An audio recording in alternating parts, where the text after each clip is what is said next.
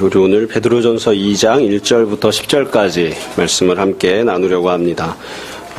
우리가 지난주에 1장 뒷부분을 우리가 말씀을 보았는데, 지난주에 보았던 1장 뒷부분부터 오늘 읽은 2장 10절까지가 크게 보자면 베드로 전서의 첫 번째 본론입니다. 그러니까 지난주와 오늘 말씀이 붙어 있는 거예요. 연결되어 있어서 베드로가 성도들에게 편지를 받는 사람들에게 권면하고 명령을 하면서 예수님 믿고 신앙생활하는 사람들 또 이 편지를 받는 사람들에게 이러이러하게 하라. 어떻게 보자면 크게 보면 네 가지 명령을 한 거죠. 그래서 지난주에 우리가 보았던 것은 마음을 바꾸고 모든 행실을 바꾸고 그리고 기준을 바꾸어라. 이게 첫 번째 명령이었고요. 그리고 두 번째 명령은 너희가 혈통이나 육신으로는 다 인간적으로 이러저러하게 태어났지만 그게 아니라 성령 안에서 거듭나고 새로운 사람으로 태어났으니까 이전에 갖고 있었던 인간관계나 이전에 있었던 혈육이 아니라 그리스도 안에서 복음 안에서 새로 형제 자매가 된 자들을 사랑하는 사람들이 되라. 형제 자매를 사랑하는 사람들이 되라. 여기 두 번째 했던 명령입니다. 그리고 오늘 이제 본문에 보시면 2장 1절부터 3절까지 세 번째 명령, 그리고 4절부터 10절까지 네 번째 명령이 나옵니다. 본문 내용은 그렇게 어렵지 않습니다. 이 베드로 전서 후서도 마찬가지고요.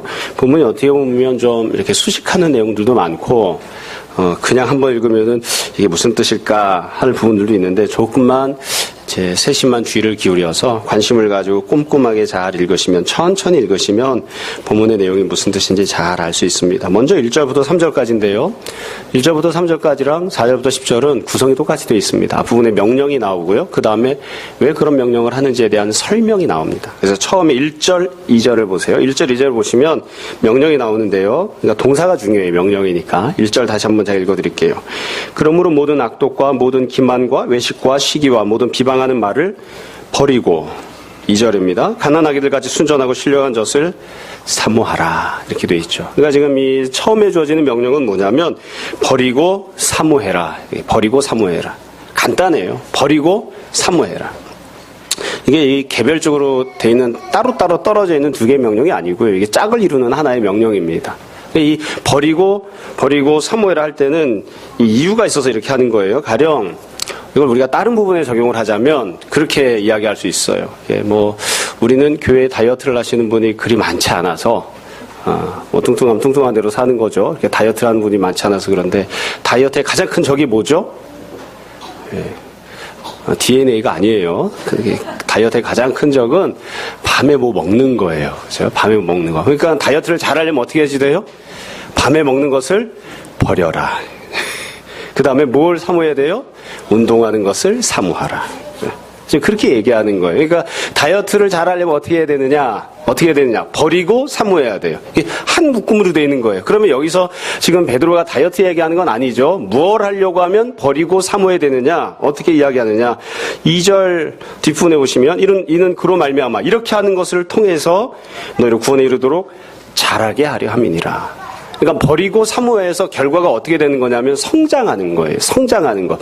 자라나기 위해서, 성장하기 위해서, 성장한 신앙과 믿음을 갖기 위해서는 두 가지 해야 되는 거예요. 첫 번째는 뭘 한다고요? 버리는 것. 두 번째는 사모하는 거예요. 그러니까 아주 간단해요. 그러면 본문을 보시면 도대체 성장하려면 1절 첫 번째 줄을 보세요. 도대체 성장하려면 뭘 버려야 되느냐? 성장하려면 뭘 버려야 되느냐? 간단해요. 모든 악독, 모든 기만, 외식, 시기, 비방하는 말을 버려야 돼요. 이걸 버려야 되는 이유는 이게 나쁘기 때문이 아니고, 물론 나쁜 내용들이지만 이걸 버려야만 성장할 수 있기 때문에 버리라는 겁니다. 거꾸로 이야기하면 이게 우리 안에 있으면 절대로 신앙이 성장할 수 없어요. 그러니까 이 내용을 한번 잘 보세요. 내가 신앙이 성장하지 않는다, 정체되어 있다, 혹은 후퇴하고 있다, 그럴 때는 이 내용들이 있는 것은 아닌가 한번 잘 생각해 봐야 돼요. 모든 악독, 기만, 외식, 시기, 비방하는 말이 우리 가운데 있는 것은 아닌가. 이런 것들이 있으면 성장할 수 없어요. 그러니까 성장하길 원하면 이걸 다 버려야 돼요. 다 버려야 됩니다. 동시에 성장하려면 어떻게 해야 되느냐? 사모해야 되는데 뭘 사모해야 됩니까?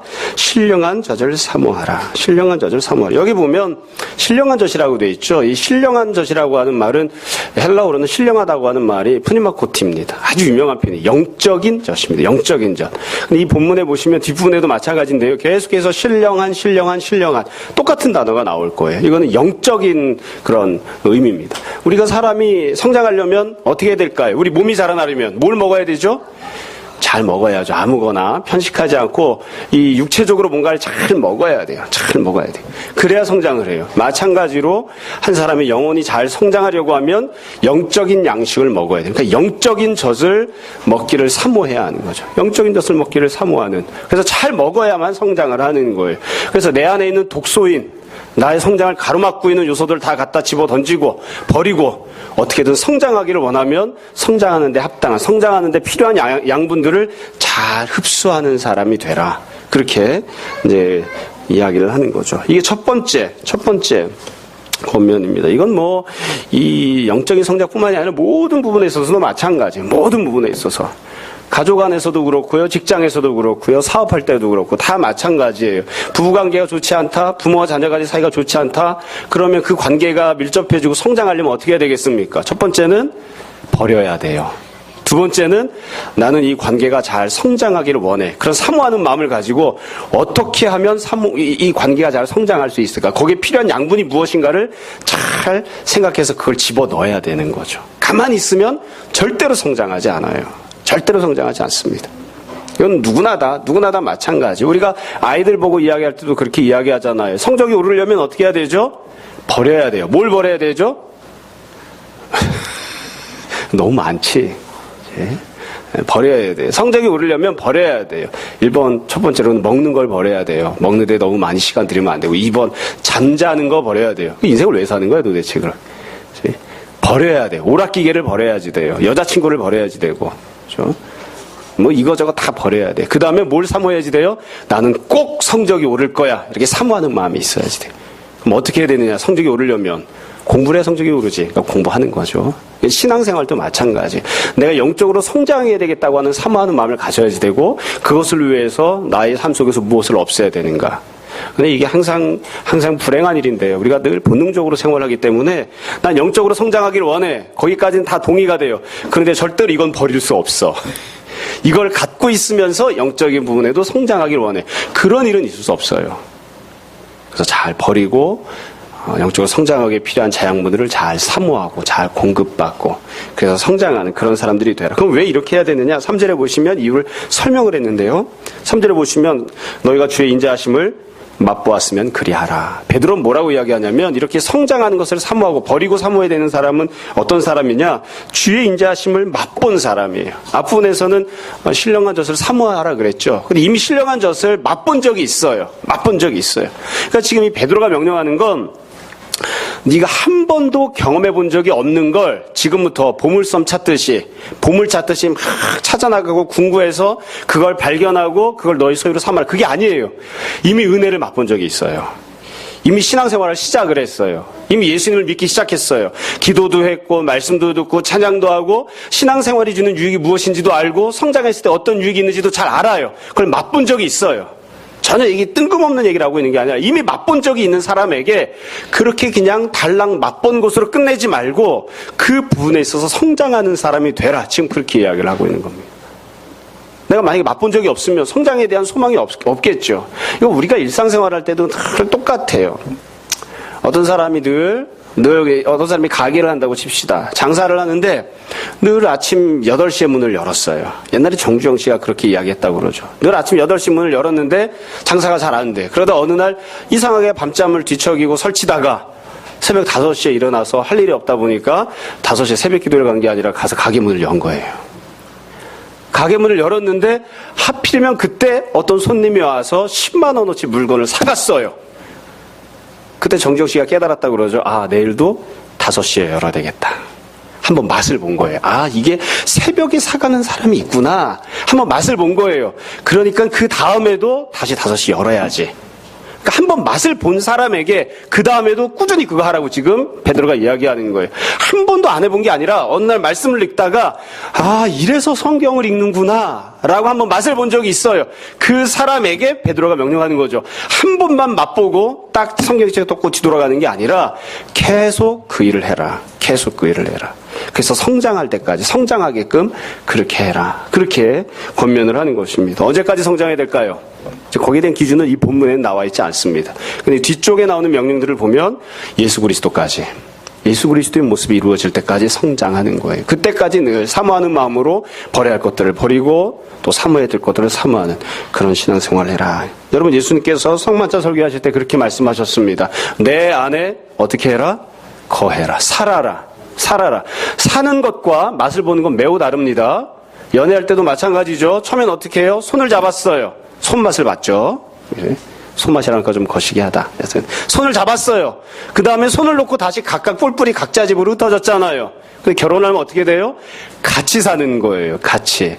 신앙생활도 그렇다고요. 문제가 있었습니다. 병이 있었거나 경제적인 문제가 있거나 그 문제를 두고 예수님께 찾아 나왔어요. 은혜를 받았어요. 그 다음에 은혜 받은 채로 딱 정리해서 짐 싸가지고 각자 집으로 돌아가 버렸어요. 복음서에 보면. 사람들이 다 그렇게 했죠. 그렇게 하지 말고 예수님 안에 와서 아예 살아라.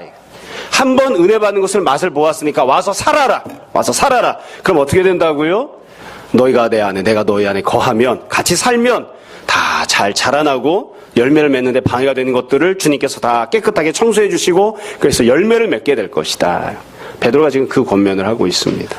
너희가 이미 은혜를 맛본 사람들이니까 그 은혜를 더 풍성히 맛보는 사람들 되기 위해서 주님 안으로 다 찾아 나오고 그래서 악한 모든 것들을 버리고 신령한 것을 사모하고 그래서 영적으로 성장하는 자들이 되라. 이게 첫 번째 명령입니다. 첫 번째 명령. 자, 두 번째 명령이 4절부터 10절까지 나오는데요. 이 4절부터 10절까지 내용은 이 4절과 5절만 잘 보시면 됩니다. 왜냐하면 6절부터 10절은 설명이거든요. 여기도 구성은 똑같이 되어 있습니다. 4절부터 5절까지에 크게 보면 두 번째 명령이 나와요. 이 명령이 나온 다음에 6절부터 10절까지에는 이 명령과 관련되어 있는 설명이 들어 있습니다. 근데 이 4절과 5절에 보시면 이 우리말 성경으로 쭉 읽어보시면 동사가 여러 개가 나와요. 동사가 여러 개가 나와서 어떤 게 진짜 동사일까? 어떤 게 주동사고 어떤 게 부동사일까? 이거 찾기가 사실은 용이하지 않습니다. 4절, 5절 다시 한번 읽어보세요. 사실은 설교 시간에 성경 말씀을 잘 이해하는 게 제일 중요한 거니까요. 4절, 5절 다시 한번 읽어보세요. 제가 천천히 읽어드릴게요.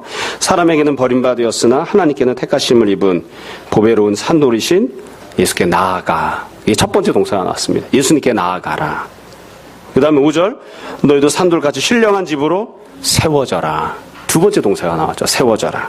그리고 난 다음에 5절 두 번째 줄에 예수 그리스도로 말미암아 하나님이 기쁘게 받으실 신령한 제사를 드릴 거룩한 제사장이 되라. 될지니라. 세 번째 동사가 나왔습니다. 그래서 4절과 5절 안에 보면 중요한 동사가 세 개가 있어요. 하나는 예수님께 나아가라. 두 번째는 신령한 집으로 세워져라. 세 번째는 되라.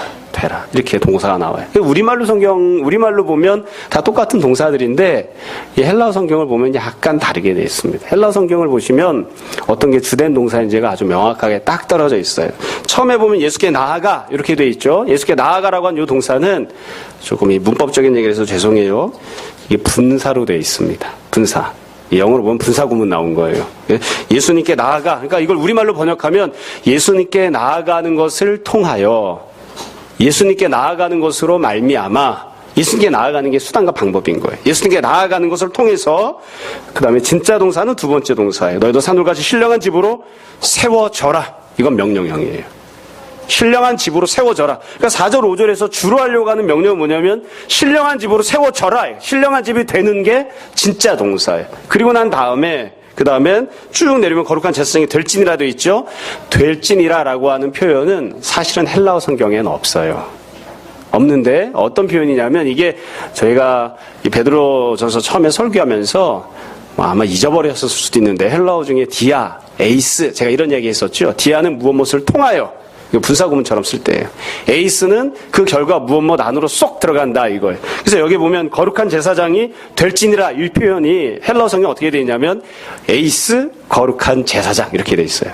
그러니까 우리가 신령한 집으로 세움을 받으면 그 결과 너희가 그냥 신령한 집으로만 머물러 있는 게 아니라 거룩한 제사장이 된다 이거예요. 거룩한 제사장 안으로 쏙 들어가 버려라. 그래서 이 동사가 없으니까 동사가 없는 문장에서는 그냥 비동사가 있는 것으로 간주하고 해석을 하죠. 그래서 되다. become 이 동사가 있는 것으로 해석을 한 거예요. 안 어렵죠? 네. 갑자기 영어 시간처럼 돼버렸죠. 네. 하준아, 이해가 돼? 이해가 안 돼? 우리 예배 시간에 다 솔직하게 이야기해서 그냥 이 4절부터 5절까지 쭉 그냥 붙여서 이야기하면 이거예요. 너희가 예수님께 나아가는 것을 통하여 그것으로 말미암아 거룩한 집으로, 신령한 집으로 셈을 받고 그 결과 거룩한 제사장이 되라. 그렇게 이제 명령을 하는 거예요. 그리고 나서 보면 밑에 6절부터 8절까지는 거룩한 집, 신령한 집으로 세움받는 것에 대해서 얘기가 나오고 9절부터 10절은 거룩한 제사장이 되는 것에 대해서 설명이 쭉 나오죠. 자, 다시 본문을 4절, 5절 보고 말씀을 드릴게요. 4절, 5절에 보시면 지금 말씀드린 것처럼 제일 중요한 건 신령한 집으로 세워지는 거예요. 신령한 집으로 세워지는 거. 그러니까 앞부분에 보시면 버리고 사모해서 어떻게 되었죠? 성장했죠. 1번 버리고 2번 사모해서 3번 결과 뭐예요? 성장하는 거예요. 근데 이 본문에서도 4절 5절을 보면 1번 2번 그 결과 3번 결과가 무엇이라고요? 신령한 집으로 세워지는 거예요. 근데 여기서 보면 뭐가 되라고 했냐면 신령한 집이 된다고 했는데 이 신령한 집도 마찬가지로 신령한이라고 한 단어는 푸니마코티입니다. 영적인 집이에요.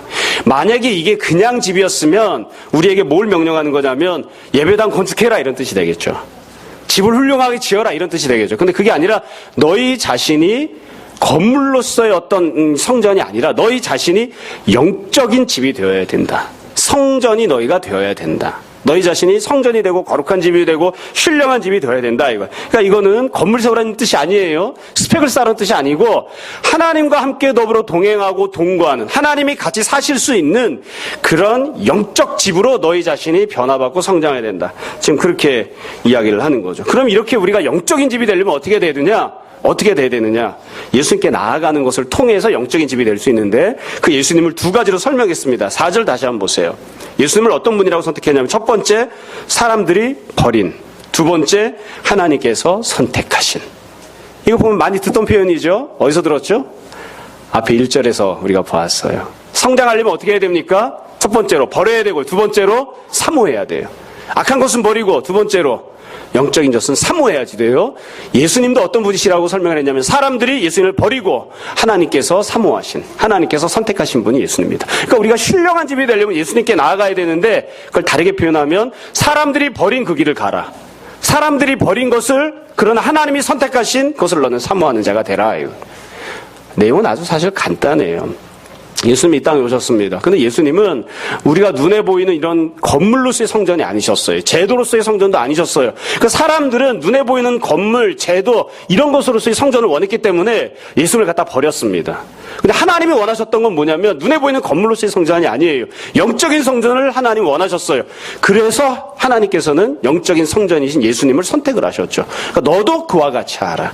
사람들이 추구하는 거, 사람들이 좋아하는 거 그거 버리고 하나님이 선택하시고 하나님이 좋아하시는 그것을 사모하는 그와 같은 사람이 되라. 그렇게 이야기를 한 거예요.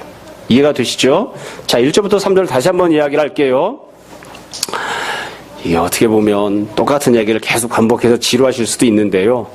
그냥 도식화시켜서 말씀드리는 거예요. 1절부터 3절. 1번 버리고요. 2번 사모하죠. 3번 결과가 뭐예요? 성장하는 거예요. 성장하려면 4번 무엇을 먹어야 되죠? 신령한 젖을. 지금 4절 5절도 마찬가지예요. 1번 사람들이 버렸어요. 2번 하나님이 선택하셨죠? 그 결과 무엇이 되는 거예요? 그 결과 무엇이 됩니까? 신령한 집이 되어요. 그러려면 신령한 집이 되려면 4번 무엇으로 신령한 집을 짓느냐? 예수님이 산돌이세요. 산돌로 그 집을 짓는 거예요. 그러니까 앞부분에서는 신령한 젖이라고 했던 표현을 이 4절 5절에서는 신령한 돌 이렇게 표현 안 하고 산돌 이렇게 표현한 거죠.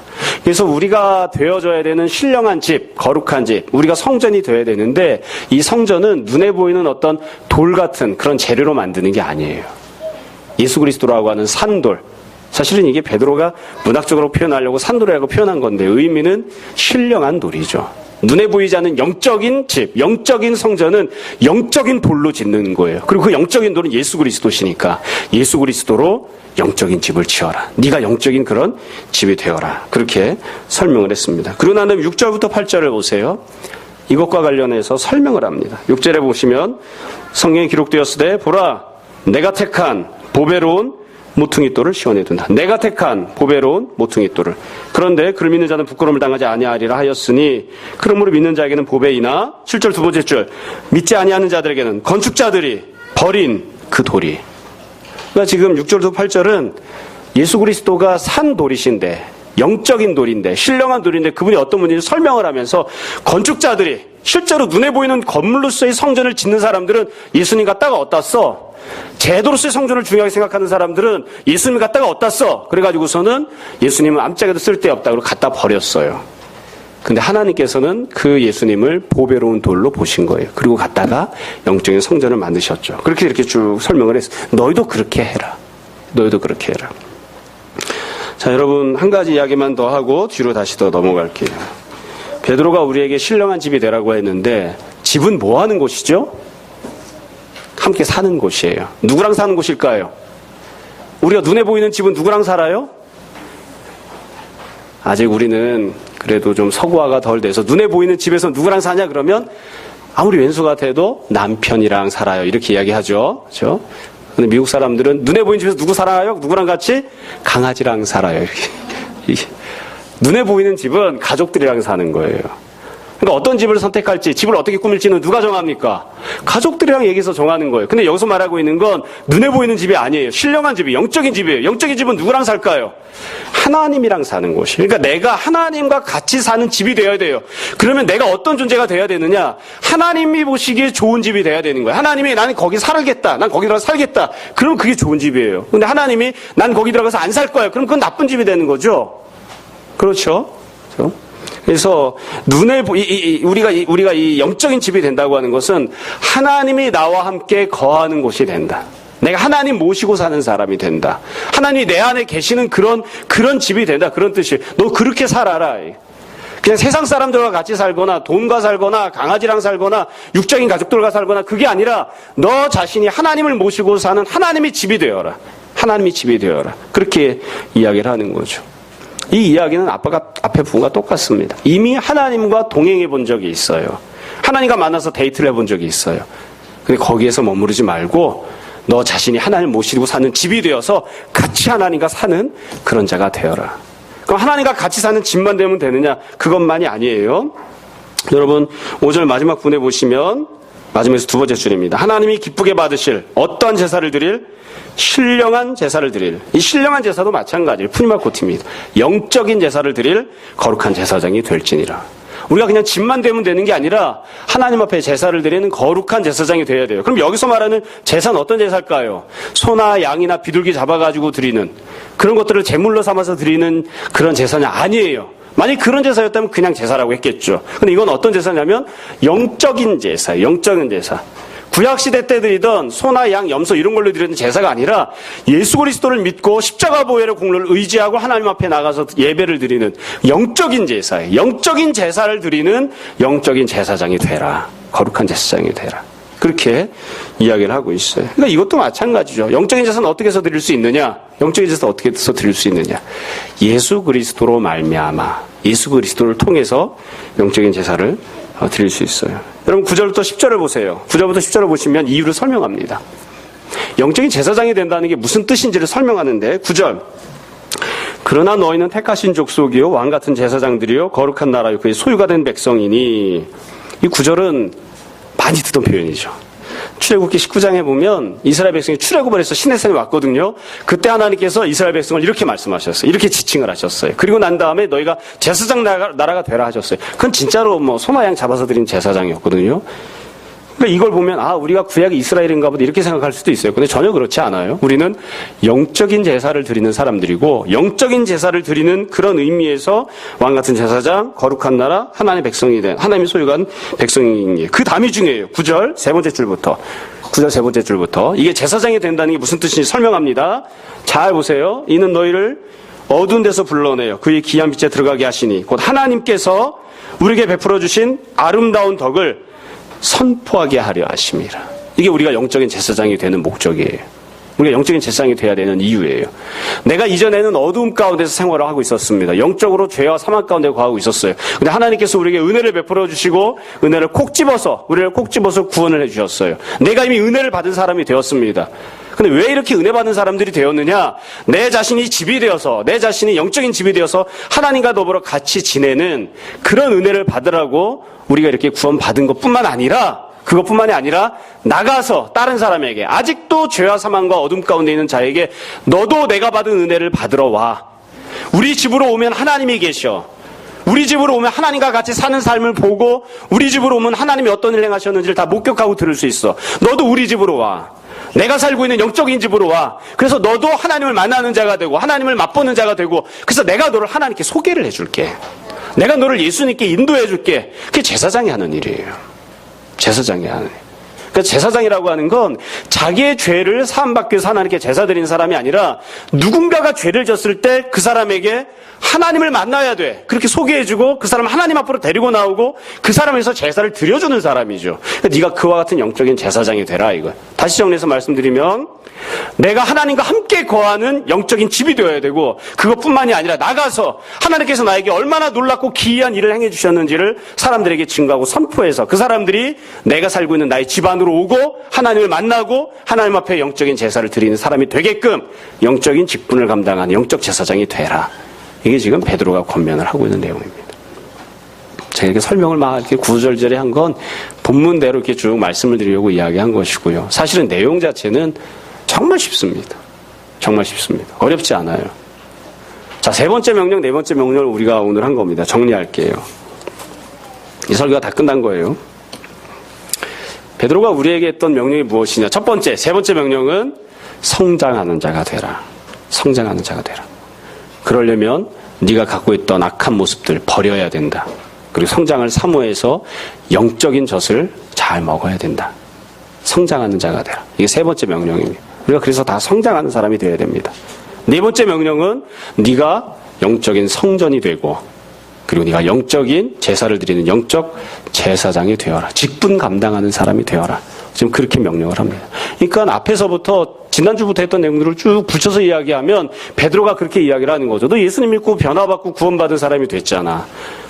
그러니까 1번 마음도 바꾸고 행동도 바꾸고 기준도 바꿔라. 2번 사랑하는 사람도 바꿔라. 네 가족들, 혈연들, 네가 태어나서 생장하면서 잘 알고 지내던 사람들, 여지껏 세상 속에서 사랑하던 사람들, 그 사람들 말고 예수님 안에서 형제자매가 된 그런 공동체의 다른 사람들을 사랑하는 사람이 되라. 사랑하는 사람도 바꿔라. 3번 너 자신이 영적인 집으로 변화해야지 돼. 이전에는 다른 것들과 같이 살았는데 다 치워버리고 하나님과 같이 동행하고 하나님과 같이 살아가는 사람이 되라. 4번 너 혼자만 그렇게 지내면 안 돼. 하나님께서 너에게 주신 직분이 있다. 제사장으로 다른 사람들에게 복음의 빛을 잘 증거하고 전해서 많은 사람들을 주님께로 인도하는 그런 구원의 통로가 되라. 그러라고 하나님이 너를 부르신 거야. 그러니까 이전에 살던 것과는 다 모든 부분에서 다른 모습으로 살라고 지금 그렇게 권면을 한 것이죠. 오늘 말씀에서 우리가 꼭 기억해야 될 점을 한두 가지만 제가 말씀드리려고 합니다. 여러분 이미 이 내용 안에서 다 나온 것이지만 베드로가 이야기하고 있는 명령을 그냥 한마디로 주제를 잡아서 이야기하라 그럼 뭐가 될까요? 변화와 성장입니다. 신앙생활은 변화하고 성장해야 됩니다. 그냥 예수님 믿고 그 사람이 예수님 믿은 그 순간 모든 것들이 만사 오케이. 그리고서는 예수님 믿었다. 예수님 믿기 이전보다 예수님 믿었다고 하는 그 자체도 큰 변화거든요. 근데 예수님 믿은 것 그것만으로 모든 것들이 오케이고 다 끝나버렸다. 이러면 좋은데 전혀 그렇지가 않아요. 예수님을 믿으면 우리가 영적으로 변화를 받아서 구원받은 하나님의 자녀가 되고 천국을 소유하는 사람이 되지만 그러나 그 순간부터가 이제 새롭게 변화가 시작되는 첫걸음이 시작된 거예요. 마지막 걸음을 뗀 게 아니라 첫걸음을 떼기 시작하는 거예요. 그래서 신앙인은 변화하고 성장해야 됩니다. 영적인 부분들에 있어서 변하고 성장해야 됩니다. 예수님 믿었다는 것이 가장 큰 변화예요. 그러나 그 가장 큰 변화도 새로운 변화를 시작하는 첫걸음인 거예요. 항상 변화해야 됩니다. 변화해야 됩니다. 뭘 변화해야 된다고요? 마음이, 행동이, 사랑하는 사람이, 그리고 네가 사모하는 것들이, 그리고 네가 감당하는 직분이 다 변화해야지 돼요. 변화하는 그런 신앙생활을 해야 되고요. 그걸 우리가 늘 소망해야 됩니다. 두 번째로 변화하려고 하면 영적인 성장은 영적인 방법으로 되는 겁니다. 그냥 사모한다고 해서 가만히 있어도 그냥 성장하는 게 아니에요. 사모하는 사람이 구체적인 방법을 찾아야지 돼요. 커야 되는데 그럼 어떻게 해야 되죠? 먹어야지. 저희 집에 첫째 둘째가 태어났을 때 저희 어머니께서 그때부터 기도하신 게 있어요. 저는 한 번도 그렇게 기도 안 해봤는데 184. 하나님 응답을 안 하셨죠. 그렇죠? 근데 맨날 184만 놓고 기도하면 뭐해? 그렇죠? 애들이 먹어야 말이지. 첫째 녀석은 특별히 어렸을 때부터 제가 비디오로도 많이 찍어놨어요. 식탁에 앉혀놓으면 그때부터 졸아. 이래가지고 크게 써요. 이래가지고 종자도 작은 판에. 예. 아주 간단해요. 간단해요. 사모하면 어떻게 해야 되죠? 그걸 실제로 할 수 있는 방법을 찾아야 돼요. 키가 크게 해주십시오. 기도하면. 잘 먹게 해주십시오. 그걸 기도해야죠. 살이 빠졌으면 좋겠습니다. 그러면 밤에는 달짝지근한 거 안 먹게 해주십시오. 운동 열심히 하게 해주십시오. 그렇게 해야 되는 거죠. 영적인 성장을 하려면 영적인 방법들을 찾아야 돼요. 영적으로 성장하기를 원합니다. 성장하기를 원합니다. 그 말은 다른 말로 하면 이거예요. 성경 읽게 해주십시오. 기도하게 해주십시오. 봉사하고 섬길 수 있게 해주십시오. 옆에 있는 이치를 사랑하게 해주십시오. 그렇게 기도해야 되는 거예요. 그 기도하고 그걸 실천하지 않으면 성장하지 않으니까. 영적인 성장은 영적인 방법들이 있습니다. 그걸 항상 잘 추구해야 됩니다.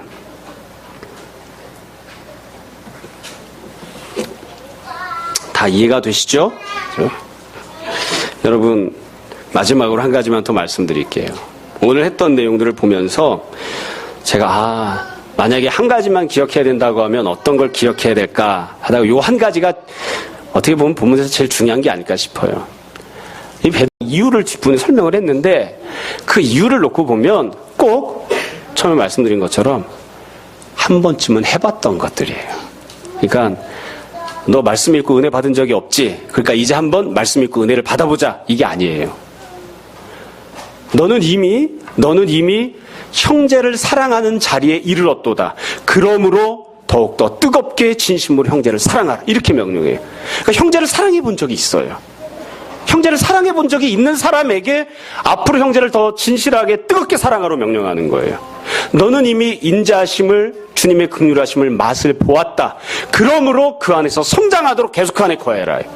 맛을 본 적이 없는 게 아니고 맛본 적이 있어요. 말씀의 은혜를 맛본 적이 있고 기도의 은혜를 맛본 적이 있고 성김과 봉사의 은혜를 맛본 적이 있어요. 형제 사랑을 맛본 적이 있어요. 그러니까 내가 신앙생활하면서 맛본 적이 있었던 그것을 성장하기 위해서, 그것에 있어서 변하기 위해서 은혜 받으라고 지금 그렇게 권면하고 명령하는 겁니다. 여러분, 이걸 우리가 꼭 기억했으면 좋겠습니다. 우리가 어느 부분에서 성장해야 될까요? 간단해요. 내가 이미 맛본 적이 있고 경험해 본 적이 있는데 지금은 그것에 대해서 성장하기를 소망하지 않고 있는 부분, 지금은 그런 은혜가 있었는지조차 다 잊어버리고 있는 부분, 그 부분에 있어서 성장해야 되는 거예요.